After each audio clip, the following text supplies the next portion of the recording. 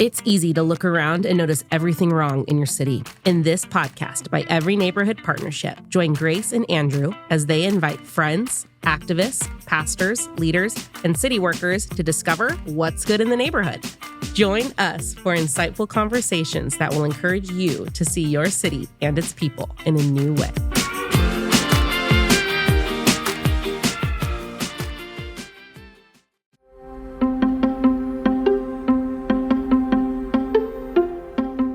Welcome to this episode of What's Good in the Neighborhood. On this episode, we sit down with the Jacksons, Brandon and Jess Jackson. They're amazing pastors in the Lowell neighborhood of Fresno.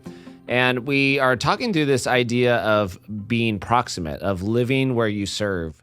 And the Jacksons have been living in the Lowell neighborhood where their church is. So we talk about both the beauty of that, of being close to your neighbors, of really understanding what their life is like, which shapes how they do ministry. But then we also process like the challenge of that and even the shame or the guilt as they think about what's next in their own life. And so I think it's a really authentic conversation where you hear their heart, their different wirings and how those intersect in the church setting. And, you know, On-Ramps is an interesting church. They meet on Saturday night. And they really care for their parish, their neighborhood around them. So if you get a chance, check them out online and also come visit them. But this conversation is just really sweet as they're friends of ours, longtime supporters of EMP, and we're longtime fans of them. So I know you'll love it and enjoy.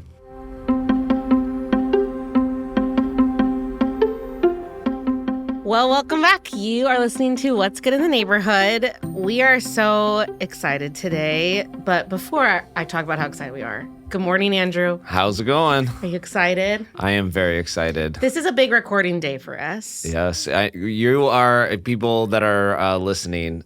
Grace is very pregnant. I'm so pregnant. It's kind of wild. Yeah. I legit needed Matt's help this morning to get out of bed. I said, both hands, help me. Both hands, help me out of bed. Yeah. So we're trying to jam in. We got, if you look at my episode or my outfit on the next 4, you're going to be like, Andrew's wearing the same thing. Yes, because we're doing 4 episode recording today. Yeah. We didn't like bring different outfits to change. No. Yeah. Somebody asked me if we change. I'm like, I ain't got time for that. I don't care. You guys know me. I don't care. We are a nonprofit people. Yeah. Well, we are excited. We have, I think, our first married couple. Yeah, wow. It's true. Yeah. It is true. Yeah. High five. We made it. We are with Brandon and Jess Jackson this morning. Good morning, y'all. Good morning. Glad to be here. Yeah. Oh, stoked you guys are here. I'm going to just read off a little bit of your bios. You both are the co-lead pastors of On-Ramps Covenant Church here in Fresno, California. Mm-hmm. And you both kind of wrote around the same thing. So we can say that you're passionate about following Jesus, loving the neighborhood that you're in, and then shaping Jesus-centered communities. Yeah. Good. You got it? Exactly. Yeah. It was 3 sentences, and I was like, do I mention kids? Nah. Ain't got those. You know, those aren't that important. Just leave them somewhere. Yeah. You guys have a couple. few kids? We do. We have 3 daughters. 3 girls. They are 9, 12, and 13. Really blessed to have them, which is really interesting that they are, we wanted boys. Mm-hmm. And when you get to a certain place in life, you're just like, I could not have, like, I see your boys playing, Andrew, and I'm like, yeah, no. People don't want to invite the files over. The It's Lord us knew. and Joe, the Whites. It's Yeah. like, man, that's a wrestle match. Literally. I Walking played into soccer. your, I played soccer with your boys, and I was like joking around, kind of dribbling real quick. Oh, no. And then they started cheering me on. I was like, oh, okay, this is real. This is like happening, I yeah. instantly felt like my super suit came on. My jersey was back on from high school, and I took a shot like full force, and I realized in my head like, if that would have hit him in the face, like I've done it. I can tell you I've done it. I've made a lot of my kids cry. Okay, I just didn't realize what came over me. They were like, "Yeah," I was like, "All right." The competitiveness was beautiful. Actually, Yes, I was like, those are going to be some really great leaders They one are. day because They are. they're not going to stop. Like nothing stops them. No, That's right. Yeah. It's good.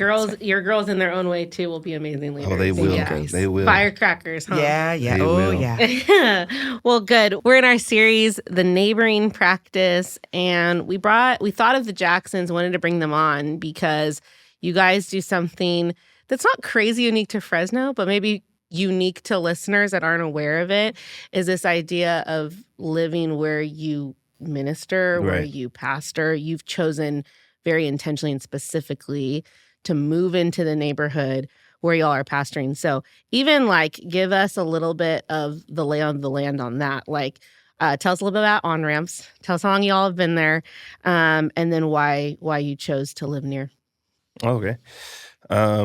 So On-Ramps is it's a very community church. It's a parish church. So the idea is that our church does its very best to focus on the neighborhood that it's in. We do care about the whole city, but our main focus is making sure that our neighbors have what they need physically, mentally, emotionally, all that kind of stuff. So, which is not like a weird concept for Catholics. Like that's Right. their framing, but like Yeah. evangelical churches, that's almost never. and hardly Yeah, ever. yeah. Which is really interesting because we call ourselves a contemporary ancient church. I love that. Basically, like whatever God has for us, like we want it.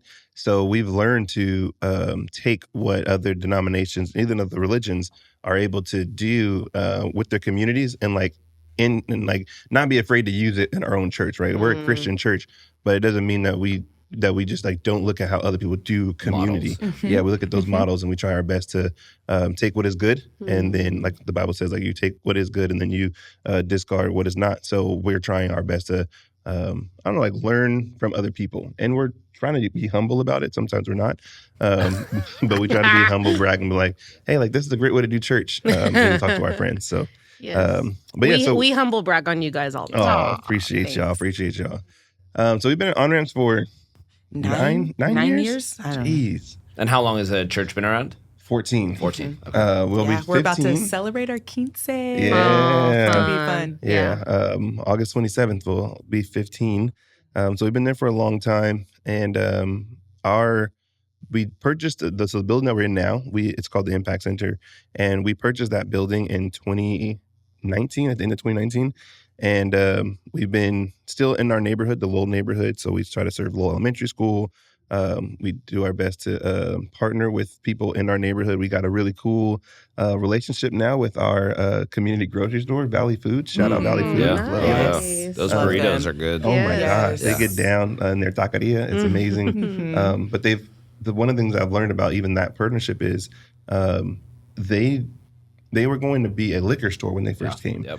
And then because of like community conversations that they opted into, because they didn't have to, they could just do whatever they wanted to, but they wanted to partner with the community. So through conversation with the Lowell CDC and other community partners, Esther Carver, shout you out too. Yep.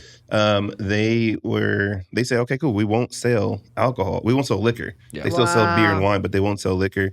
And they will also like be a part of the solution to removing the food desert qualification that we have in our neighborhood. So they do fresh produce and all those other things. So I did not know that. Yeah. That's really Beautiful. cool. And we celebrated so big when they opened, and we still support to this day. And that was like recently, I feel like. It wasn't too long ago that they opened, but it's been a few years now. We still support. And they're just great people. And they're Muslim. And I think one of the things that people we learned this when we went to South Africa years ago is most Christian churches won't partner with another religion because it's another religion, right? It's just like the idea of like, God's kingdom and like nobody else, not knowing anything about Muslim or the faith or the religion that these people hold. Like a lot of the penance that they have to do with like serving their community. That's right. So when you start talking to people of different religions, you'll find out you have more in common than not. They're people who deeply care about what's going on around them, to the point where like they don't shoo away like the unsheltered people in front of their shop. They ask them, what do you need? And then sometimes they will actually give them like food or whatever they need. But for the most part, they see them as human beings. And I'm like, that's amazing. Because even for us as a church, sometimes we're like, we'll see unsheltered people near our building and be like, hey, you got to keep pushing, you got to keep going. And sometimes we lack compassion in that area. But as I look at my brothers over at Valley Food, brothers and sisters at Valley Food, they really try. So I think On-Ramps is really trying to like model that type of inclusion and partnership as we like try to serve our neighborhood. Jessica, do you want to speak to why, like how and why as a family did you guys get to the place that, I don't know, sometimes I think as churches, people are like, actually, I don't want to live in our neighborhood because I want to have that separation all the time, right? Yeah. Between my work life and my personal life. Yeah. I mean, that was an intentional decision. So how'd you guys get there? Yeah. And listen, y'all, we are not so high and holy. Just knowing I know. Yeah, we're your friends. Goodness, right? Like y'all see our dirty laundry. But the reality around that is there's so much tension. Like I still struggled with that this morning. And so we came to this in a moment where we were living a bit outside of the neighborhood. We were living in Southeast Fresno. And at that time, we were doing heavy ministry in our garage, in our backyard. And Lowell just kept being placed on our heart. And we saw it modeled after our pastors. We were the youth pastors at the time, youth ministers at the time. And so we saw it modeled from our pastors, Phil and Reese at the time. We saw it also modeled between other people. So that you have the Kinneys, Jeff and Nina Kinney, and so many others, Barb and Greg Fisk and Esther Carver. And you have all these people that are like in the community walking to church. And we were like, man, we continue to drive to church. We want to be people who walk to church. And there was just day in and day out, there was different weeks where I remember being on stage praying for people. And one instance was an unsheltered person. I'll never forget Reese crying her eyes out because he had passed away. It was a harsh summer. The weather was just extremely hard. You know, y'all, we get harsh. We get harsh weather in the summer. And it was a harsh summer. And he had passed away from the elements, heat exhaustion. Yeah. And I remember Reese bawling her eyes out. And I remember praying, but my heart was breaking because I was like, I'm not broken as much as her. Not to compare, but I was like, there's a different level of brokenness because she wasn't saying this unsheltered person. She was calling him by name. She was saying, Chief, my neighbor Chief has passed. And like now, you know, there was the conducting of the funeral service and all these things. And I'm like, in my mind, it was so foreign because I'm like, wait, where did he live? And when I asked that question, I realized that's actually the wrong question to ask because he was in proximity and that's all that matters. And even though I'm a youth minister at this church, I pray and I see the statistics of the community, I'm not close enough to actually have my heart break in areas of which others in the neighborhood, their hearts were breaking. And so it started with curiosity of just what more is going on in Lowell that we possibly, where is the Father at work that I too can join with him, pray those dangerous prayers and ask those dangerous questions. And the next thing you know, you're in the middle of things. And so that's what led it. And so it was, we were living in one house, we were renting, and our lease was coming to an end. And we were thinking we're going to renew our lease. And we get reached out to by a family that was moving out of the neighborhood. And they said, we want you to move into our home. And we were just like, oh my gosh. That's amazing. This is like so no need to call sit. Someone saying, can you move into our house? It's like no need to sit and pray and be like, oh, let me get back to you. I think the Spirit has moved. Those are things we've been praying about for years, asking God of for years. Sure. So we took the opportunity. Wow. But it's not easy. It's not easy. And I think that a lot of people would say it's hard work. I would say it's heart work. And it's a lot of heart work for me. I think it's like focusing. You have to learn to focus on like what God is doing through you, not necessarily how God is changing the neighborhood. He can use you to change the neighborhood, but he has to change you first. And then once you start to change, then the neighborhood start to change. You'll start to see, like Jess was saying, like we started seeing Chief as a member of the community, not just as a homeless person, quote unquote. We saw him as a person, and he had like a wealth of knowledge about the neighborhood, like what was going on. Like he knew who broke into whose car. So it's like, I was like, oh yeah, it was this guy. He had this hat on. He had this. It's like, thanks, Chief. The next thing you know, it's like, hey, that was him. So it is about changing like who you are first. But also with that decision to move into the community, we knew the statistics of the community. We knew poverty rate, crime rate, all those things. And also, it's not just the two of us. We're moving our daughters into the community as well. Right. And so this was also a strategic decision of like the constant battle of where are they going to go to school? Because we live in the community, we minister in the community, we pastor in the community. But like we too are community members. We're listening to the community. but also our daughters are here and they're of this community as well. And so it's been a life lesson for the Jackson 5 and not just the 2. You both have gone to seminary, right? Going. Currently in seminary. Becoming. Yes, becoming. Undoing. But you're also actively, sometimes it's like people have that journey of like seminary then pastor. Should have. Right? That would have been nice. That would have been nice. Same. But what you mentioned, it's been heart work. What hasn't seminary taught y'all then about like what you do the last 9 years? What has your neighborhood taught you that you won't learn? Like, or even if you hear something in seminary, you're like, that's funny because that's not that actually. Sounds great. That sounds really, exactly. Yeah. And we go to 2 different seminaries. So y'all got to understand the layout. Yeah. Evangelical Covenant Church, North Park University, like, fan the flames. He's the one studying Old Testament, breaking down all this stuff.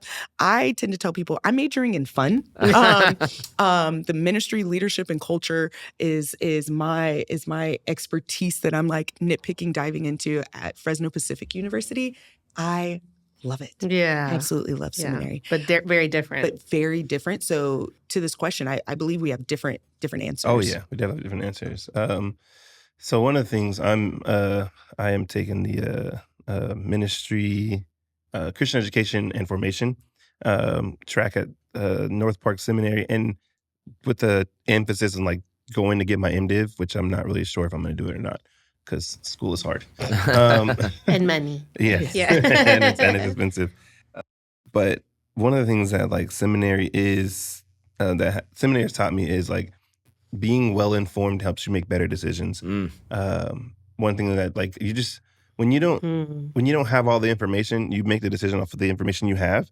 And that to me is the majority of the times when you make bad decisions. Yeah. When you're limited on the That's information. Good. So seminary has shown me like it's not about like having the right answer. It's just about having the right information. Because what's going to happen is you're going to make a decision to do something like even for us like pastoring, right? I can make a choice on pastoring, but if I was unaware of the context in which on-ramps operated, and I went in thinking that, oh, this is like a mega church, or this is like a I don't know, everyone drives into the neighborhood church, or this is a suburban church, I would have burned out a long time ago, right? Because the information I had was, oh, I'll have an admin person, I'll have an operations manager, I'll have this, I'll have that. Yeah. Fam. You are it. Fam. We EMP's had our storage there, and so I get emails from Brandon, not an admin. Yeah. Yes, from operations. Yeah. Which is so weird because I'm like, I don't know how to tell Andrew. Like, I need him to move his stuff. Like, I don't want to tell this man. I love him. But like that is the truth, right? And I think that's one thing seminary doesn't prepare you for, right? They can kind of give you a framework of how you should enter into a situation or enter into something by asking the right questions. But once you get there, I don't even know how do you, because every church is different. So there's really no way to like teach how to pastor. Yeah. Like you can teach like, hey, this is how you become more patient. This is how you become, even the, I think it was. You're not a counselor. Here's some skills that you can have in your one-on-one. Right. You know? Right. And it's like knowing where your strengths are, and then knowing when you need to outsource that to somebody else. Yeah. So I think that's the thing I've learned that my neighborhood has taught me that, one, I don't know everything. Yeah. And sometimes I have a good idea. It's a good idea for me. Yeah. But if I try to implement that in the whole church, everyone's like, what are you talking about? This is not going to work. And then there's all the times when you have to like try it anyways and be like, I really feel like God is like laying this on my heart to do this thing. And everyone's like, I mean, listen, we'll give you a very short leash. And then the difference at our church too is like at on-ramps, like, though we are the pastors, we're not like the buck stops with us, right? So we don't have the last say of anything or the first say of anything. We have a role at the church, which I think is a really good blessing, because the hope is like God can put anybody in this space, right? We have a leadership team that's like the visionary of where we go. But for the most part, like we make decisions together, we move together. And it's hard because it's not as fast. You can't just do whatever you want. But at the end of the day, like you're not burning out because there's other people to carry the load with you. And then I would say, just not to like name names, but I had a professor at one point. So I go to school online, and in this specific class, as our professor was teaching about soul care, and I was like, this is going to be great. It was just like soul care and spiritual formation. I was like, I'm gonna eat this class up. I love this. This is my topic. Like, yes. I'll never forget in this class, he's teaching these different prompts and stuff, and I'm getting teary-eyed because messages are flowing in from a neighbor and okay, this is what we're going to do and this is how we're going to do this. And something really tragic had happened in our neighborhood where somebody had passed away, and just the weight and the grief of, I have my neighbor who's an immigrant, who's only been here for about a year, who just lost their spouse in a tragic murder at the local barbershop. Like, everything about this was just so tragic. And we're, I'm that morning I'm texting neighbors about how to care for the children that are now left behind, and how are we going to show up for the spouse and the memorials, like all these things. And I needed some soul care content in that moment. And so I remember unmuting and just being like, Professor, how do I now go apply this? And I'm sharing this, and this is happening. And my professor in that moment says, stop right there. Cuts me off from speaking, says, stop right there. This is not about others. This is about you. And what do you need right now? And although that is true, I felt so offended by one, being cut off from trying to process things that are happening. My cohort were a really close-knit community. So I was just like, I can confide in my brothers. This is my real moment right now. Yes, I'm not pastoring these people in my cohort. Yeah. Like, I get to be undone, untangled, real, raw, with my heart completely open. Yeah. And I just remember that professor being like, stop right there. And just kind of taken back. And that for me was a memory for that professor. But a moment for that professor was a memory for me that I will always take. The fact that while I was in seminary, I was cut off and I was told not to care for my community. And I was told to focus on the care for myself, which is true. Yeah. But this is a real situation that's going on that when I end this call, I got to go to. So actually, I need some help right now. Yeah. And so that was probably my one marker in seminary that it just cut deep. It cut deep.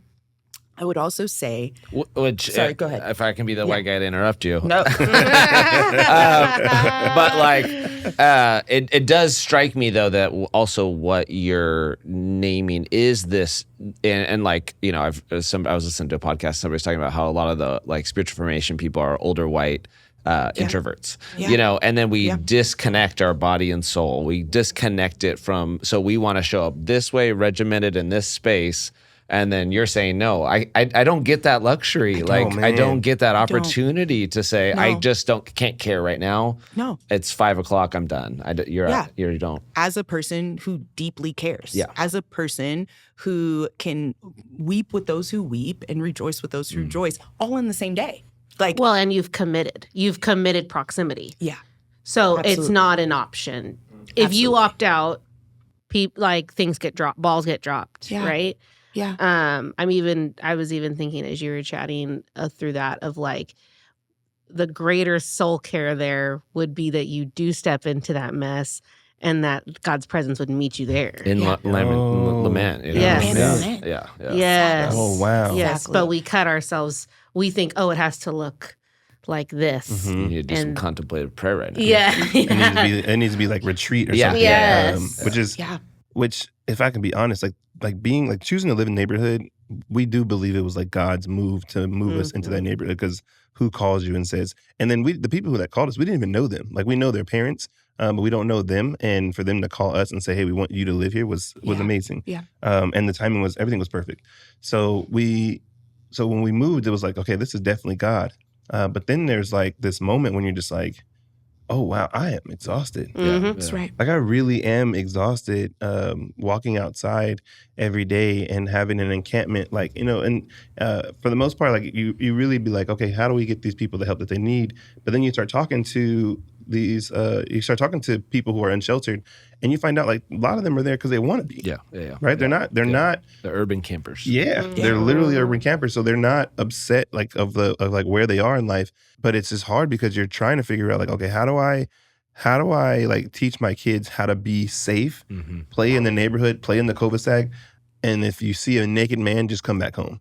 Right? That's just like a. For real. I'm being that's like a legit that we experience. Yeah. And you're just like, oh, I drive on Belmont a lot. I'm like, cover your eyes. Yes. Those pants are down. Yes. You're just like, oh, okay. I want my kids to be resilient enough to be able to say, okay, I can see someone unclothed, and be able to like regulate myself without, for lack of a better term, like turn into a Karen, like just being like, you should have, you did it, and you don't know what's going on with this person, right? You just see them in their state right now, but there's a lot more that's gone on, and like mental health issues and all that kind of stuff. But this is what seminary's not teaching. That's right. Goes back to the question, like, what is it not teaching you?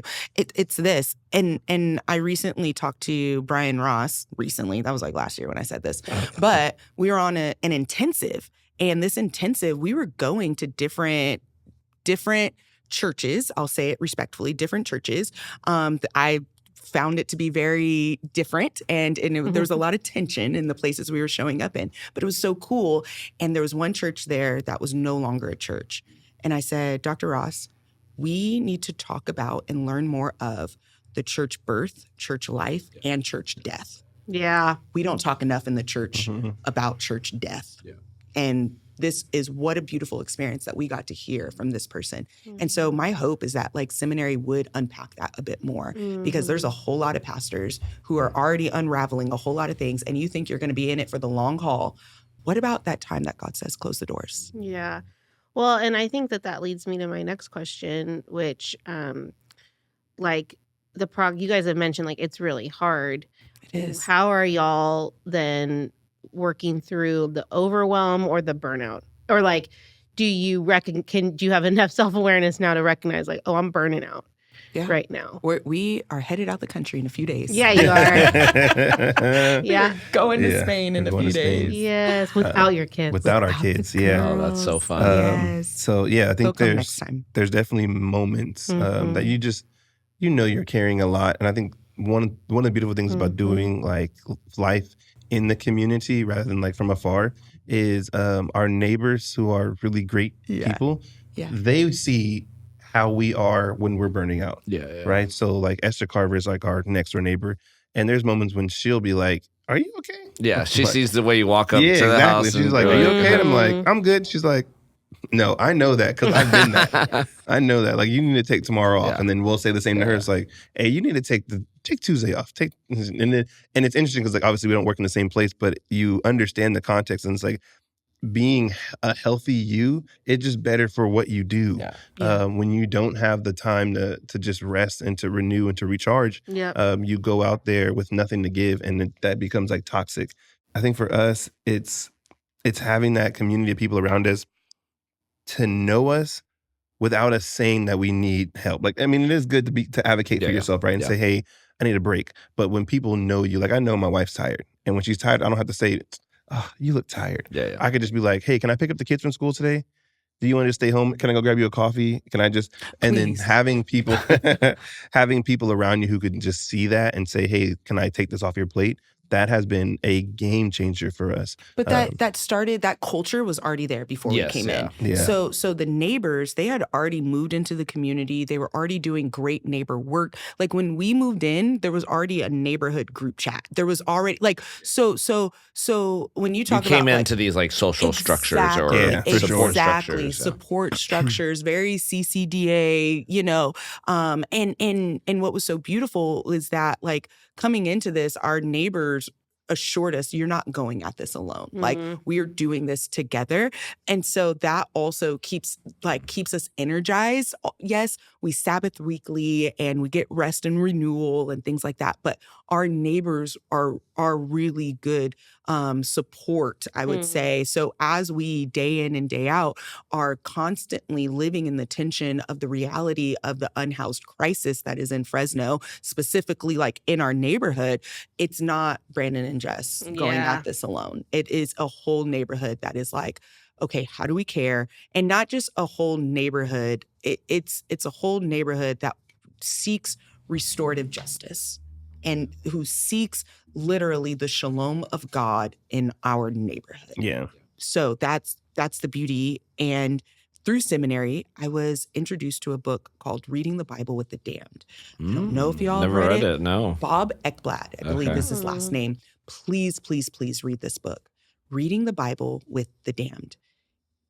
It takes you from that podium or that platform and puts you in proximity with your neighbors, pastors, church leaders, preachers. I mean, we can preach and we can speak from this place where it's like so far and so distant that it's like, how do you open the scriptures with a mother who is a single mother trying her best to raise her kids, and her son just got, swept away by the police, and, the other child is on drugs. Like how do you do that? Relevant. Like, yeah, exactly. Like, you don't just say, hey, come to church on Sunday and I'm going to preach this fire sermon, right? It's going to change your life. It's going to change your life. It's going to change your situation. No, it takes you from the platform to the front porch. Yeah. It takes you in those moments. It takes you in the living room and not being the one that dominates the conversation, but the one that listens, the one that receives, and the one that shares the scriptures, right? And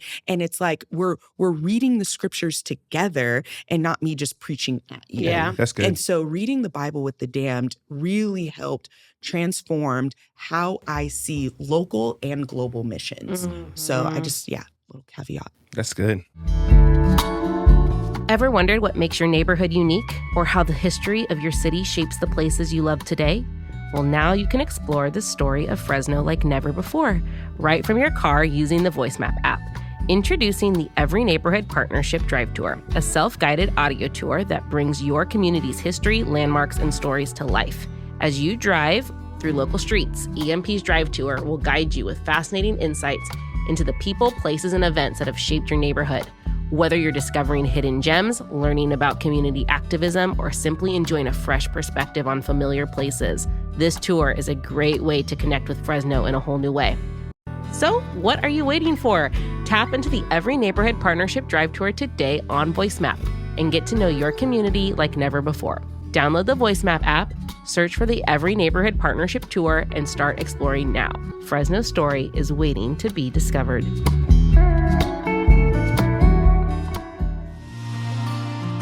At Every Neighborhood Partnership, we believe that strong, vibrant communities start with engaged and empowered residents. To make that happen, we need your help. Our mission is to connect neighbors, create opportunities for local leadership, and transform neighborhoods through education, collaboration, and advocacy. Every dollar you donate goes directly to supporting programs that make a real difference. Whether it's providing land use education, elementary literacy mentoring, or healthy spaces to help kids and our families grow. When you donate to EMP, you're not just giving money, you're investing in a future where every neighborhood in Fresno has the tools and resources it needs to thrive. Your contribution, whether big or small, ensures that our communities have a seat at the table in the decisions that affect them most. So if you believe in seeing students excel, our community members healthy and whole, and our neighborhoods thriving, we invite you to make a donation today. Just visit everyneighborhood.org or tap the link in the show notes to give. Your support helps develop the next generation of leaders like Fresno depends on it. Donate now to Every Neighborhood Partnership.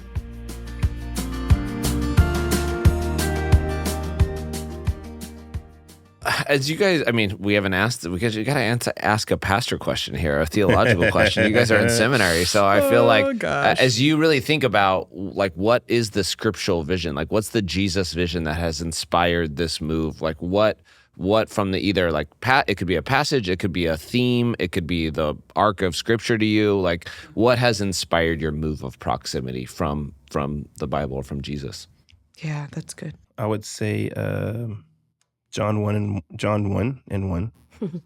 The word became flesh and dwelt among us. And it's this idea that, this blew my mind even as a child, thinking at God. And in my mind, I was always told that heaven is paradise, which I do believe that's true, because wherever God is, it could be perfect.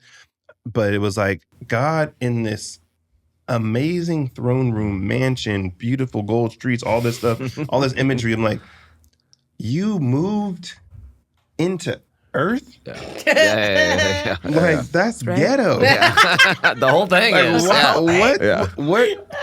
Who does that, right? Who leaves like I the want that best to be the place? quote on the social media. Yeah. God moved to Earth. That's That's ghetto. And it's God did ghetto things. Yeah. God was like, I just want to do hood rap stuff with my friends. Yes. But like God moves from heaven and comes down to earth and then hangs out with humans.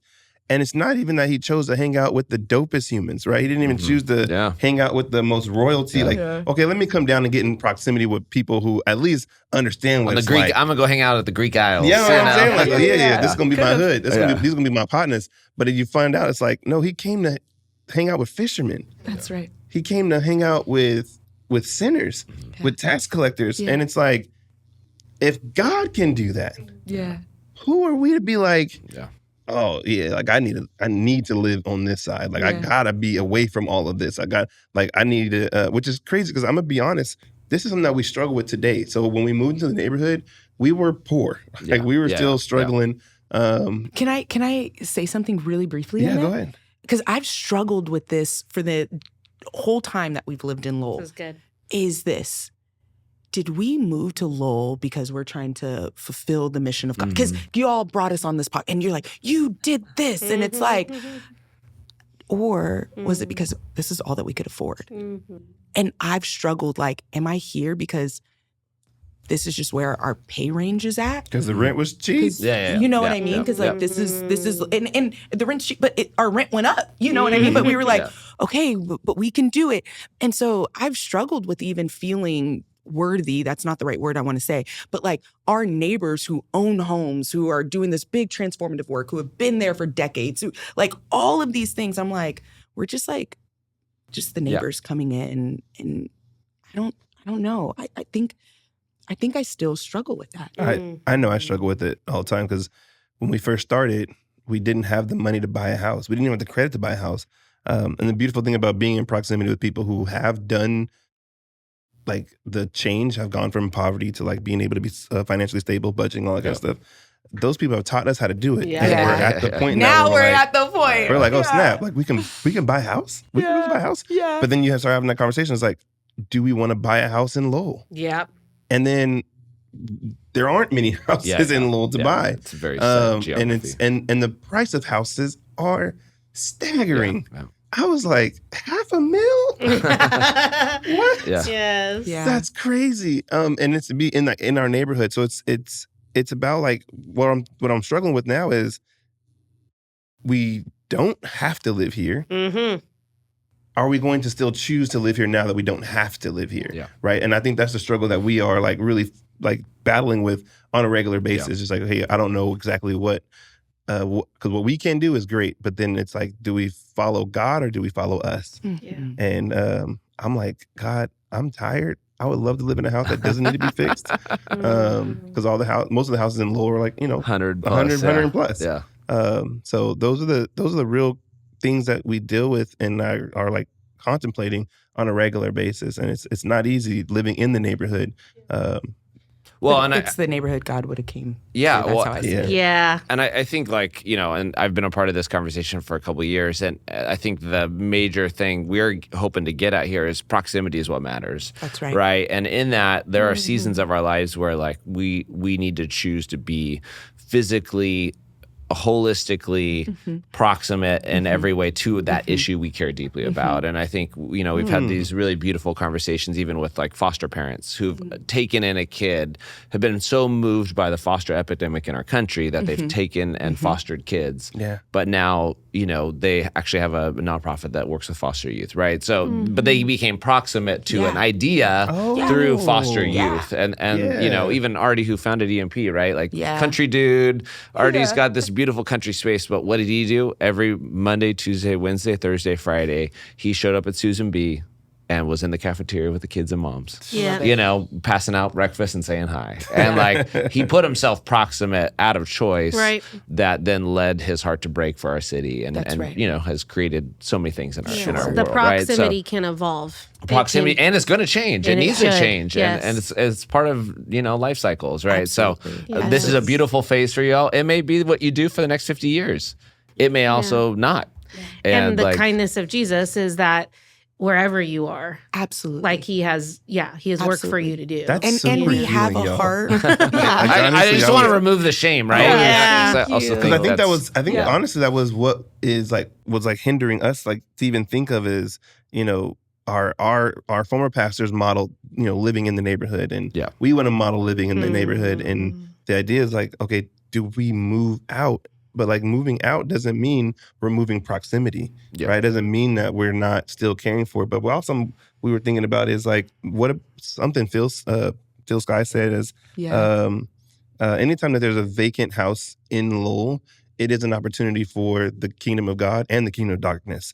So it's like anytime you do move, like if you do have like the people who invited us in, it's like fill that space with people who are like-minded, right? People who will care about the neighborhood. Not just like, which is sad because Lowell has a ton of slumlords, people who just don't take care of their properties and they just like run them to the ground.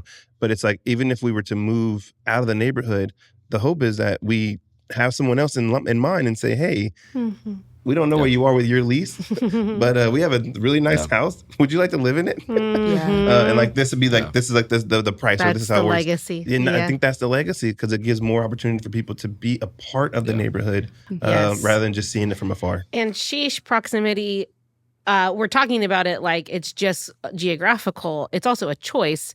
You could be in the neighborhood and just be like, like I'm just going to go there home. And you're not proximate. Yes, and you're not proximate. We just got the opportunity to go over, I'm going to name drop him, Eric McIntosh's house recently. I was thinking the exact same thing. Yes, but what was so cool was he was like, I'm very busy with my work, but the legacy of this house is there used to be a youth group back here in Lowell. That's right. And he looks at all these kids that do not live in Lowell. And he's like, if anybody wants to run a youth group, let me know. And he's dead serious. He is dead serious. Yeah. He's dead serious. Yeah, he told us about it. Yes. What I loved about it was you are always invited to be proximate. Yeah. The invitation is always there. It's whether or not you want to, if the Holy Spirit is prompting you to say, okay, I would like that. That's a yes for me. That's good. And I don't know if it's the same exact group of kids. I don't believe so. Yeah. But he told me who the kids were. Yeah. And I said, I remember working with those students. And it was through Youth for Christ. And I remember working with them and they said, my parents told me not to go past Shaw. Yeah. Because it's dangerous past Shaw. We heard past Herndon. Oh, the level has moved up. Okay, wow.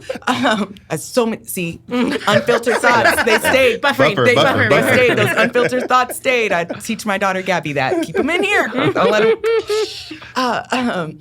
But I say all that to say is that I remember hearing that from the students and remember thinking, I live past Shaw. Like, I'm in this community. Like, I live south of Shaw. I want you to come to my home and enjoy the youth that I also get to minister to. That's past Shaw. Right. And so I loved the invitation that he gave.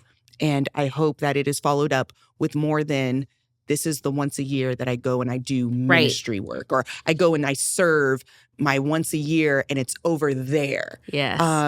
There's so much beauty over there. And we get the choice. I love that. And we get to, and we also get to be the people who give the invitation. That's right. You know, it's both. And it's, anyways, to take the shame off of you. I appreciate it. Yeah. That was life-giving on the show. So thank you. Live on the air. Well, and I've wrestled with the same. I lived in Susan B. A very high poverty neighborhood. I now live in the Wilson Island. It is. It was literally started with like a racist, we're not going to let, I have all the deeds and everything. Like these people can't own these homes. These people can't own these homes. Historically, that legacy is carried forward, and who owns the homes now, you see all the stuff, right? So I think even processing my own journey and my own faith and watching folks over the years, I think like there's, with anything, like this is a very vision and mission driven call that you have. Yes. And in that, then we can die on ideals, and our family can die on ideals. And so how to make the intentional choice in every season of life to be proximate to the pain of others. Man, that's the call. And I think for some people, they really need to consider where they're planted. That like reject the narrative that you need to be in the safest part of town. Like that's a false narrative. That's right. That's not good for our city. It's good. It's literally a lie. And also that's not going to be everybody's, but like you're called to be. John 1, you know. Come on. And the scripture that I lean towards is John the Baptist saying, like, I'm just a voice in the wilderness, just screaming out, prepare the way. And so it's something that like I tell myself as like I'm preparing to preach, or just in the morning as I'm getting ready. Like I feel as if I'm constantly going through the ebbs and flows of seasons of wilderness to valleys and beauty and, you know, springtime and mountaintops. And it's like, oh, yes. And then right back into the wilderness. And so it's like. In the same day. Man, if we can't get that same day concept. But with that being said, it's like, may my voice not grow weary in good doing. And even in the wilderness, may I just be that voice that's just crying out to prepare the way. And there's also another verse in Habakkuk that I recently just fell in love with.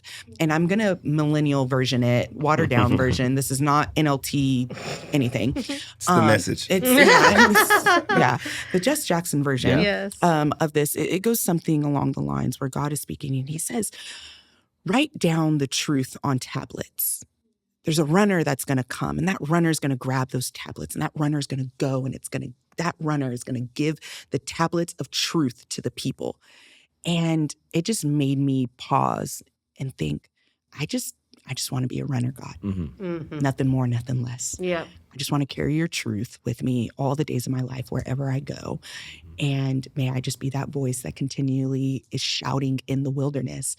And even if I don't feel like I'm in the wilderness, other people do. So that means I'm going to go visit other people's wilderness. And I just want to be the voice. Nothing more, nothing less. That's good. And let it be always your word. Amen. That's a good way to land the plane right there. Well, and I just thank you all, on the back end, you all know that EMP and On-Ramps have had such a long history together, like kind of in some ways sister partners, and so just thank you for your faithfulness. You have stored our warehouse crap for years, so thank you for doing that graciously. And I think, again, that's the kingdom partnership of like, you all had space for EMP, and we had a lot of stuff. And then now you shared your stuff too. Totally. It's back and forth, we and benefited. I think we EMP's office. We used to rent space from the nonprofit side, and so it just thank you for the long partnership. Different people, different seasons. Started before us. It started before me, right? Yeah. But like that relationship has continued with us, and I know you meet with Grace and some other pastors. Today, baby. Today we're having lunch. So it's just a cool God weaving story together. That's We do this over the long haul together. So that's right. I love it. Thank y'all for having us. What is it? We never walk alone. Yeah. That's your team. Yeah, it's Liverpool. All right. They play today. Okay. Praying for a good result. Well, we will link On-Ramps, all the things. People want to get involved or hear more about what you guys are doing. You guys meet for service on Saturday nights. Saturday nights at 6 o'clock. Yeah. Saturday nights we have church at 6, and then our kids get released to go to class for children's church, and then we're probably done around 7:30. Depends on who's preaching. That's right. Preaching. That's right. Let's say 8 o'clock. And 6 then to 8. And I'll also plug this long-winded. too. We have midweek on Tuesday. Great. And we eat together. So if you're hungry on a Tuesday night, On-Ramps is open for you will never go hungry with us. You'll never go hungry. The heck? You'll never eat alone. I'm coming. Yeah, I know. Tuesday I know 6. Cindy, my board chair. Yes. Oh yeah. Yes. Comes. Yeah, they come through all the time. Yeah. And That's awesome. you can bring that pasta that you made last time we came to your house. I got you. That stuff was fire. I got you. So good. We love you guys. Thank you. Love you guys too. so much. Thank you guys.